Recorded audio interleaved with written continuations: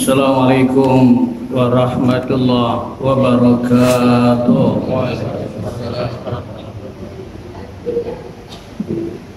Allahu Akbar,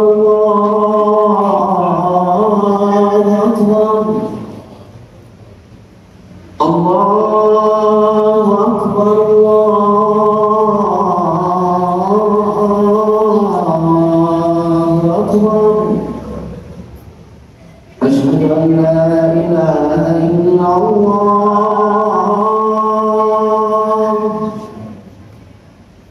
asyhadu an la ilaha illallah,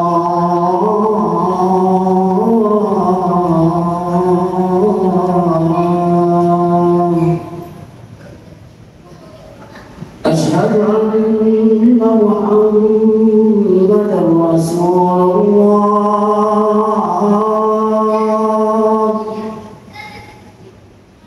asyhadu anna Muhammadan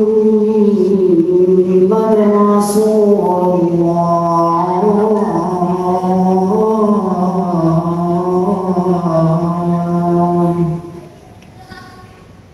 Hayya 'alas salah,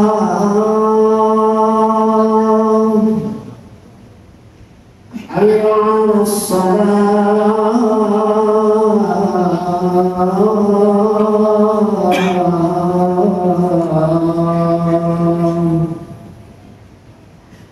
hayya 'alal falah,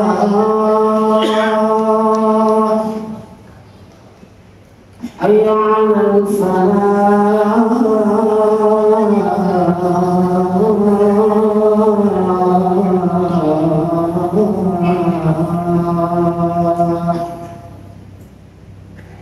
Allahu Akbar,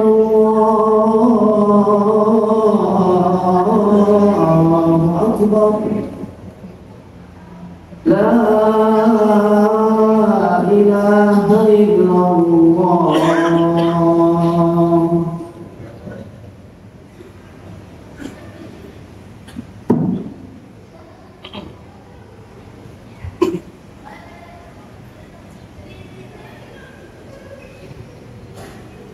Alhamdulillah, nahmaduhu wa nasta'inuhu wa nastaghfiruh wa na'udzu billahi min syururi anfusina wa min sayyiati a'malina. Man yahdihillahu fala mudilla lahu wa man yudlilhu fala hadiya lahu. Asyhadu an la ilaha illallah wa asyhadu anna Muhammadan abduhu wa rasuluh. Allahumma shalli ala Muhammad wa ala ali Muhammad. Amma ba'du, fa ya ibadallah, usikum wa nafsi bittaqallah wa ta'atihi la'allakum tuflihun. Faqala Allah Ta'ala fi kitabihil karim, ya ayyuhalladzina amanu taqullaha haqqa tuqatih wa la tamutunna illa wa antum muslimun. Hadirin sekalian, jamaah Masjid Asy-Syuhada yang seiman dan seperjuangan, yang insyaallah dimuliakan Allah Subhanahu wa taala. Di tengah-tengah kita memusatkan perhatian kita dengan saudara-saudara kita yang ada di Palestina, kita terus berusaha membantu dengan segala daya yang ada, dan juga kita iringi dengan berbagai macam doa. Semoga Allah memberikan kemenangan, Allah memberikan kesabaran kepada saudara-saudara kita di Palestina. Hadirin sekalian, di dalam kesempatan ini juga mari sama-sama kita mencermati kondisi kita di tanah air. Dengan kita sama-sama memperhatikan bagaimana kondisi kita di tanah air ini, maka kita akan teringat dengan pesan dari Rasulullah SAW, di mana Rasulullah SAW mengingatkan kepada kita semua umatnya, nanti menjelang dekat-dekat kiamat akan muncul tahun-tahun yang penuh dengan tipu daya. Innaha satati 'alan nas sinun khadda'ah. An Abi Hurairah, riwayat Imam Ahmad. Kata Nabi, sesungguhnya akan datang kepada kamu sinun, tahun-tahun, berarti waktunya itu panjang, terus berjalan. Apa yang disebut oleh Rasulullah adalah khadda'ah, tahun-tahun yang penuh dengan tipu daya. Hadirin sekalian, kalau kita perhatikan yang namanya hoax udah meraja lela, berita bohong udah semakin biasa, dan yang lebih mengerikan lagi adalah berita-berita pemutar balikan fakta. Berkenaan dengan itulah, mari sama-sama kita mencermati sebagaimana yang dituduhkan oleh Rasulullah. Ada 3 ciri daripada tahun-tahun yang penuh dengan tipu muslihat. Kita umat Islam wajib tahu agar kita tidak menjadi permainan, agar kita tidak menjadi korban orang-orang yang ingin memanfaatkan umat Islam. Ciri yang pertama, kata Rasulullah, yusaddaqu bihal kazib wa yukadzibu bihasari. Nanti akan bermunculan orang-orang yang benar dianggap salah, dan orang-orang yang salah dianggap benar. Kalau misalkan beberapa hari yang lalu, ketika ada orang, segelintir orang, saudara-saudara kita memprotes pertunjukan musik yang apresiasinya itu kepada LGBT, itu ditolak. Jangan dilakukan di negeri tercinta ini. Ini dianggap penolakan itu salah. Yang mendukung dianggap benar. Dan berbagai macam hal-halnya. Itu ciri yang pertama, orang yang benar selalu diarahkan seakan-akan dia salah, dan orang yang salah dicitrakan seakan-akan orang yang benar. Lalu yang kedua, ciri yang kedua, kata Nabi, wa yu'tamanu bihal kha'in wa yuhawanu bihal amin.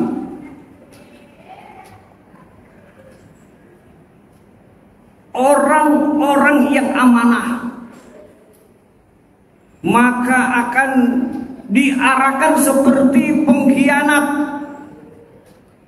Dan sebaliknya, yang namanya pengkhianat-pengkhianat itu diidola-idolakan seakan menjadi pahlawan. Hadirin sekalian, beberapa periode presiden yang lalu, zaman SBY, bagaimana SBY begitu semangatnya mengurangi tindak korupsi, mengurangi, bukan membumi hanguskan sesuatu yang kayaknya tak mustahil di negeri tercinta ini, mengurangi. Maka dibentuklah yang namanya KPK. KPK biar apa? Biar orang nggak berani korupsi. Tapi setelah waktu itu berlalu, ternyata korupsi itu bukan semakin berkurang, tapi semakin menjadi-jadi. Bahkan hari kemarin orang yang dianggap mampu untuk menuntaskan korupsi di Indonesia melalui lembaga resminya KPK, justru pada hari kemarin ketuanya, pimpinannya KPK menjadi tersangka, terlibat dalam kasus yang demikian. Hadirin sekalian, jamaah yang berbahagia, belum lagi kita bercerita berapa banyak pejabat-pejabat, menteri-menteri yang seharusnya berusaha, bersumpah untuk mengayomi orang banyak, tapi justru di antara mereka ada yang melakukan korupsi, menguntungkan diri sendiri dan kelompoknya. Lalu yang ketiga, kata Nabi, ciri yang ketiga, wayantiku bihar ruwaibidah, akan muncul nanti para ruwaibidah. Ini Nabi mengatakan 15 abad yang lalu, ribuan tahun yang lalu, ada manusia-manusia yang statusnya ruwaibidah. Maka ketika itu baru pertama kali Nabi menyatakan ruwaibidah, maka wajar di antara sahabat bertanya kepada Rasulullah, "Ya Rasulullah, kila wa mar ruwaibidah?" Apa itu ruwaibidah? Lalu Rasulullah menyatakan, as-sabihu yatakalam bi amril ammah, yaitu orang-orang yang banyak bicara untuk kepentingan orang banyak. Jadi nanti satu saat akan muncul orang-orang berbicara yang isi bicaranya itu untuk kepentingan orang banyak, seakan-akan menjadi pahlawan, seakan-akan untuk menolong rakyat. Akan tetapi kata Nabi, mereka sebenarnya adalah orang-orang bodoh. Nabi yang mengatakan mereka adalah orang-orang bodoh. Tapi konteks yang dimaksud dengan bodoh ini bukan mereka tidak punya gelar. Gelar luar biasa, depan dan belakang itu banyaknya. Tapi yang dimaksud dengan kebodohan di sini kata Nabi, mereka tidak mau mengeluarkan kebijakannya, ucapannya yang bersumber dari kebenaran yang datangnya dari Allah dan Rasulnya. Hadirin sekalian, kondisi yang semacam ini sangat membahayakan umat Islam. Banyaknya hoax, banyaknya tipu daya. Maka bisa jadi kalau kita tidak hati-hati, umat Islam yang satu dengan yang lainnya menjadi curiga, bahkan bisa jadi menjadi perang dalam arti perang urat saraf, perang secara pemikiran di antara umat Islam itu sendiri. Berkenaan dengan itulah ada beberapa hal atau sikap yang harus kita ambil agar kita tidak dipermainkan oleh mereka-mereka yang memiliki keuntungan lalu memanfaatkan umat Islam. Yang pertama adalah yang harus kita sikapi, bahwa umat Islam ketika mendengar satu berita yang datangnya dari orang-orang fasik, maka jangan ditelan mentah-mentah, jangan langsung dipercaya. Karena apa? Di dalam surah Al-Hujurat, surat yang ke-49 ayat 6, Allah mengingatkan kepada kita, ya ayyuhalladzina amanu in ja'akum fasibun binaba'in fatabayyanu antusibu qaumam bijahalatin fatusbihu ala ma fa'altum nadimin. Hai orang-orang yang beriman, jika datang kepada engkau orang yang fasik. Siapa orang yang fasik? Para ulama menyatakan orang yang fasik ciri-cirinya adalah dia beragama Islam tapi nggak suka kepada aturan Islam. Dia orang Islam tapi dia tidak suka dengan aturan dan hukum-hukum Islam. Itu diantaranya orang yang fasik. Jika mereka datang di tengah-tengah kita dengan membawa satu berita, Allah mengajarkan kepada kita fatabayyanu, maka kita teliti terlebih dahulu. Agar apa? Agar kita tidak mencelakakan satu kaum karena kecerobohan kita, yang akhirnya kita menyesal atas apa yang kita lakukan. Oleh karena itulah, inilah yang harus kita berhati-hati dalam kondisi sekarang begitu banyak berita yang beredar. Dan tentunya kita sebagai umat Islam, kita harus benar-benar teliti, kita tanggap agar apa? Agar tidak mencelakakan orang lain. Lalu sikap yang kedua. Sikap yang kedua, sudah waktunya umat Islam ini untuk menghilangkan, kalau perlu mengobati, yang namanya satu penyakit. Penyakit apa? Penyakit wahan. Penyakit wahan. Dan itu pun sama ketika Nabi menyatakan itu. Beberapa sahabat bertanya kepada Nabi, wa mal wahan ya Rasulullah? Kata Nabi, hubbud dunya wa karahiyatul maut. Cinta kepada dunia dan takut kepada mati. Yang penting saya kudu dapat jabatan. Yang penting saya harus dapat proyek.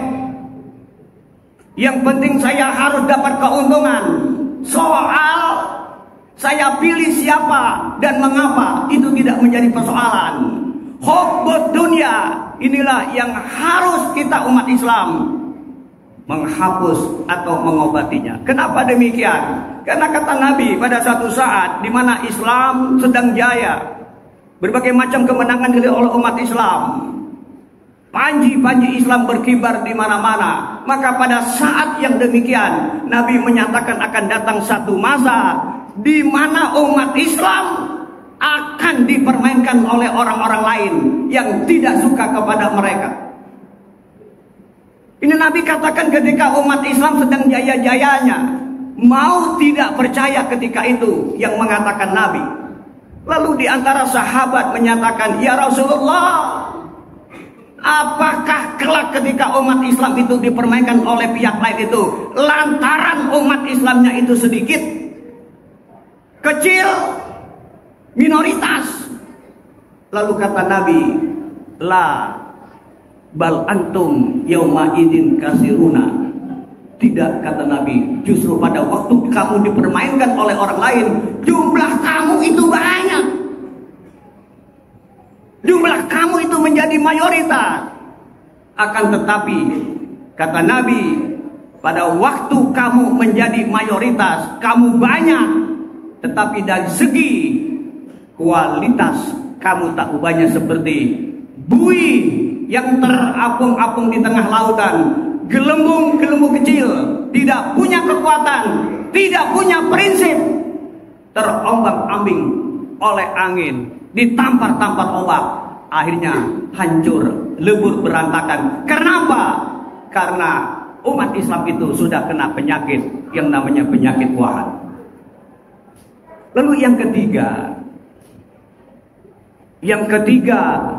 agar kita ini terbebas dari tahun-tahun yang penuh dengan tipu daya, maka tentunya kita umat Islam perlu mencari pemimpin, perlu mencari pelindung. Banyak kita ditawarkan beberapa pemimpin, boleh saja mau tawarkan, mau janji, boleh saja. Akan tetapi kita umat Islam itu harus punya prinsip. Daripada menang tapi salah atau keliru, lebih baik kalah misalkan tapi pilihan kita benar. Bagaimana caranya? Kita kembali kepada Al-Quran. Kembali kepada Al-Quran, surat Al-Ma'idah ayat 55. Itu Allah memberikan petunjuk kepada orang yang beriman untuk memilih pemimpin. Siapakah pemimpinnya itu? Terserah. Tapi paling tidak harus ada kriteria di dalam surah Al-Ma'idah ayat 55. Allah menyatakan, innama waliyukumullahu wa rasuluh walladzina amanu alladzina yuqimuna sholata wa yutuna zakata wa hum raqiibun. Sesungguhnya pemimpin kamu itu adalah Allah dan Rasulnya. Ketika menempatkan Allah dan Rasulnya sebagai pemimpin kamu, pelindung kamu, ini yang dinamakan harga mati. Tidak boleh bergeser pun. Tetapi yang ketiga adalah pemimpin kamu adalah orang-orang yang beriman. Ketika Allah nyatakan orang-orang yang beriman, tidak titik, tapi koma. Ada syarat-syaratnya. Siapakah di antara mereka yang beriman?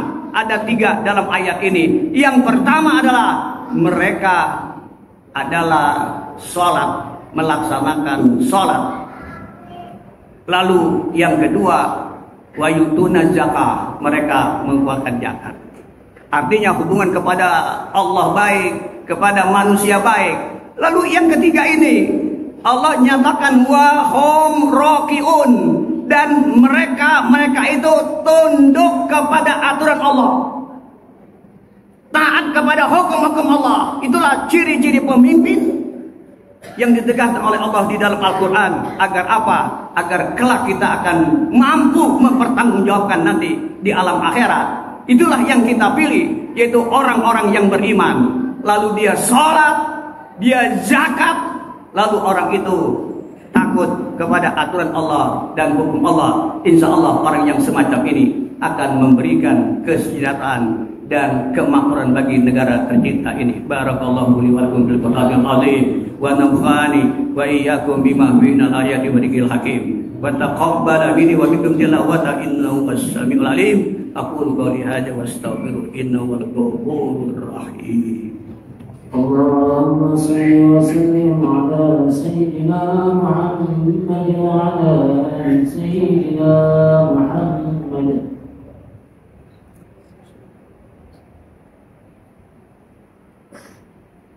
Alhamdulillahirabbil alamin wa bihi nasta'inu ala umuri dunya waddin. Asyhadu an la ilaha illallah wa asyhadu anna Muhammadan abduhu wa rasuluh.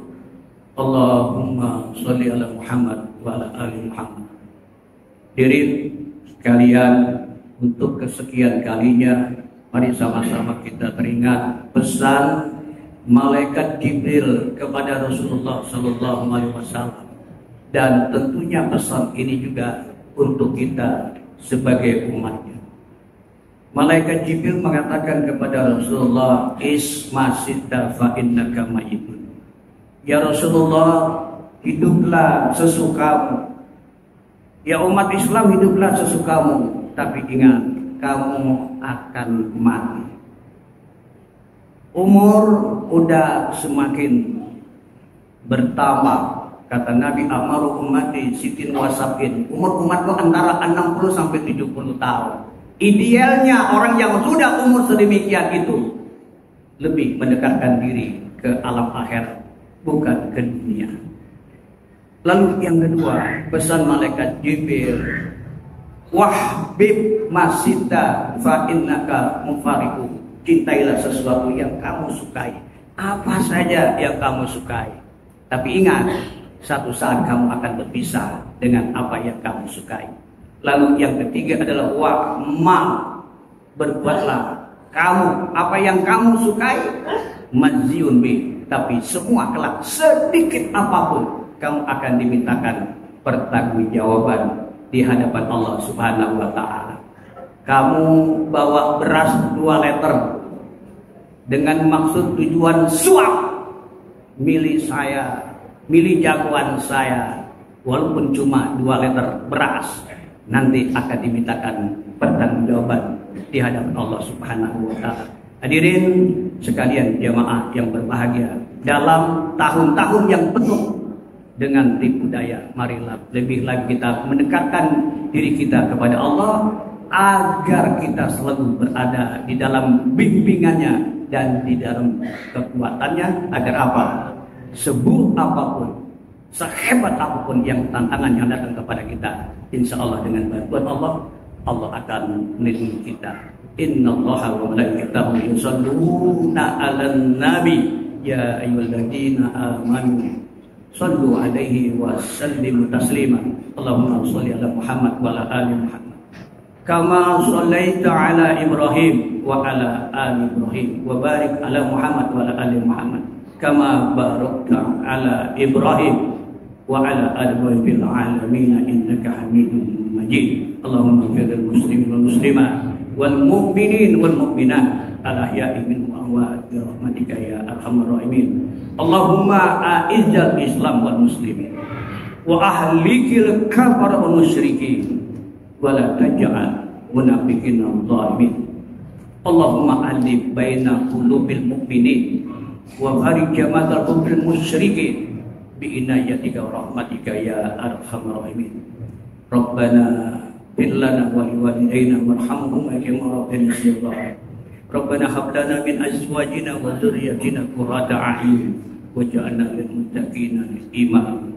Rabbana atina fid dunya hasanah wa fil akhirati hasanah wa qina azaban nar. Ibadallah, innallaha ya'muru bil 'adli wal ihsani wa ita'i dzil qurba wa yanha 'anil fahsya'i wal munkari wal baghi ya'idukum la'allakum tadhakkarun wa dzikrullahi akbar.